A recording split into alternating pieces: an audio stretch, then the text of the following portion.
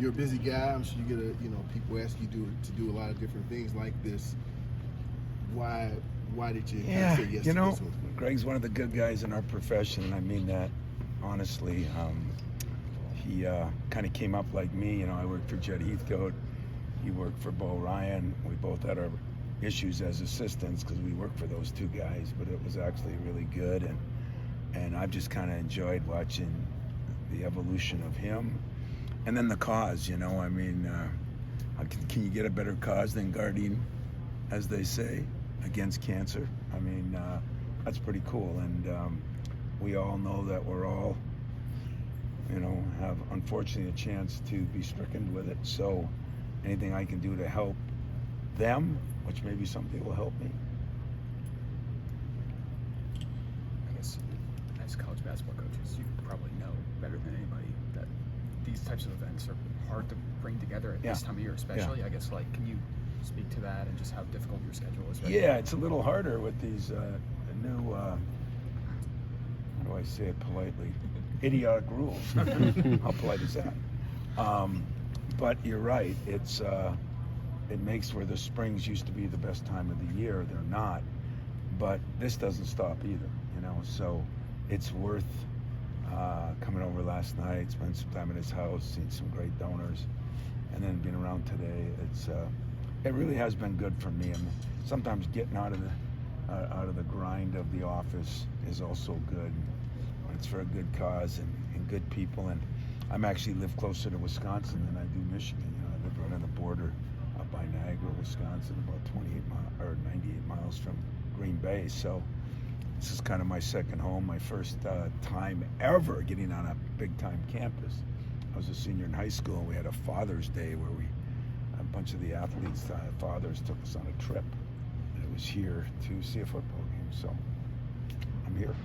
You mentioned working with Bo, too. Do you have any favorite Bo Ryan stories or favorite moments that you Oh, want to I share? got a million of them. I mean, he did a hell of a job. I mean, Dick Bennett, I mean, when I've been here a long time, that Final Four where we had to play those guys 4 times in 1 year, and then Bo comes over to our place. We had a 53-game home winning streak, and he ended. What are you smirking for? You think that's funny? No, Yeah, thanks a lot. You guys are supposed to be kind to me. We're in the off season, but those were good. We had battles here, but great respectful battles, and we played out actually where he is in California in the winter, and I called and talked to him two times ago, and I was supposed to go and be part of his deal at the Hall of Fame, and we played Northern Michigan up there in an exhibition game the same day, so I couldn't make it. How cool is it to be here at the Kohl Center and not competing against Coach Gard, but competing with him? Awesome. Finally, we're on the same team. I think we make a hell of a team, the two of us, and we're finally on the same team, and it's great. I mean, this cause is special. You get 600-700 people here. I mean, how do you beat that? And it's the one time where everybody's on the same team. I think all over the country we're all on the same team, because this is one foe we all want to defeat. And if we stick together, like we tell our teams every day, that's going to happen someday. Going down memory lane, too, it's been 10 years since the Wisconsin Badgers team went to the Final Four. What thoughts, what memories do you have of that team a decade ago and what they did? Well, they were really good, and we went the same year, and so we were both there together, and we kept saying one of us got to win it, because we hadn't won it since 2000, the Big Ten, and so they took care of Kentucky, but we did not take care of Duke, and then they, I thought, could have beat Duke and didn't, but that was a hell of a team. They had good players, good guys.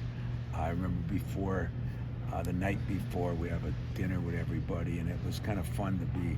The Big Ten was represented by 2 teams, and that's happened a couple times. The one in 2000, Ohio State and us were together in '99, and Illinois and us in 2005. So it's happened before, and but that year, I thought they were good enough to win it all, and they were. They just fell a little short, as they say. Coach, you alluded to some of the jokingly idiotic rules and things changing, of course. But what has kind of driven still your passion and dedication? It seems like from afar as high as ever right now with this group. I felt, good last year, but insanity? I don't know.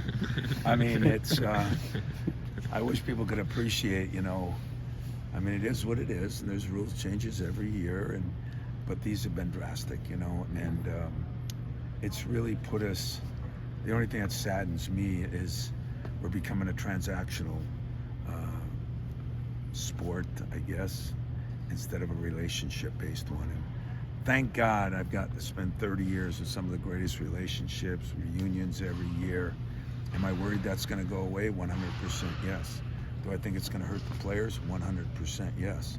In the meantime, you got to do what you got to do, and so we all got to do what we got to do. And I've complained about it publicly because I think in the end of the day, the players that are going to have nowhere to come back to because they've been to 4 different schools are going to be, it's going to be a problem for their life, not going to be a problem for me. But maybe I'm wrong, and hopefully they find some balance.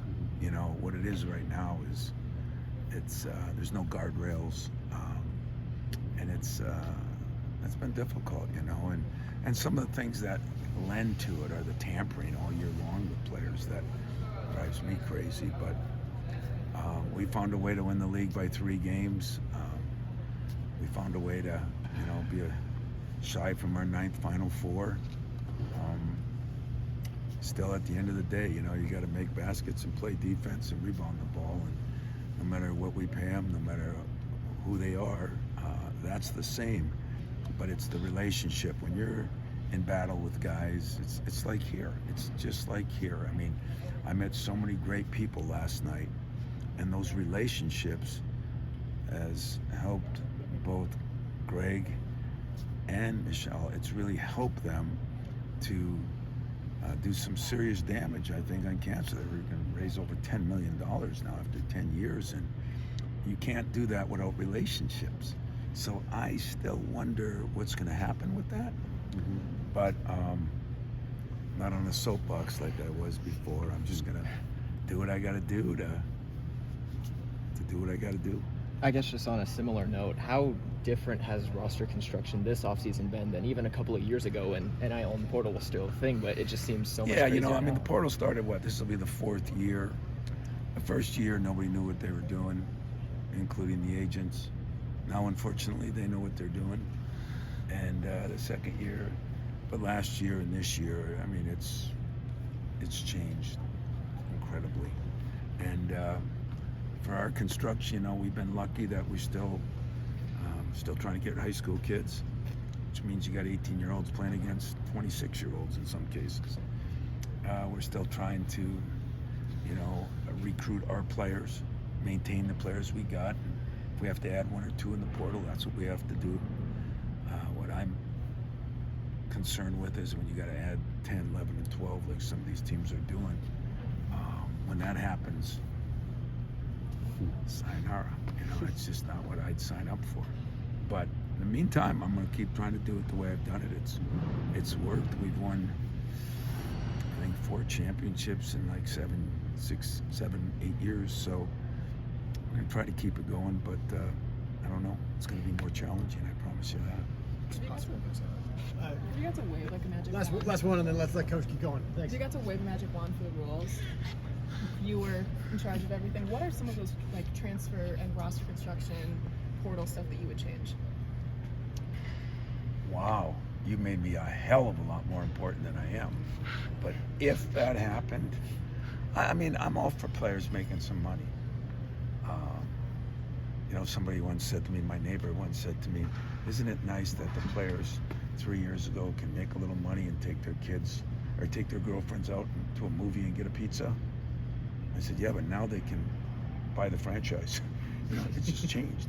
And I think there's got to be some balance. There's got to be some guardrails. The transfer rule, I think hurts more than the money. And the reason is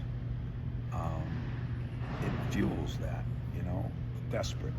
If you're desperate, you need to win, and that's what causes you to recruit kids off other people's campuses and things like that.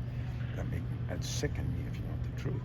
So, but I got to do what I got to do, and yet I think I'd get some balance on that, some guardrails in. I think, transferring, as you know, you had a guy here that 8 times in 8 years. I don't know if that's healthy for anybody. I don't believe it's healthy. If someone can prove me wrong, I'll jump in with you. Coach, thanks for spending some time with us. Okay, sure. Yeah, appreciate it.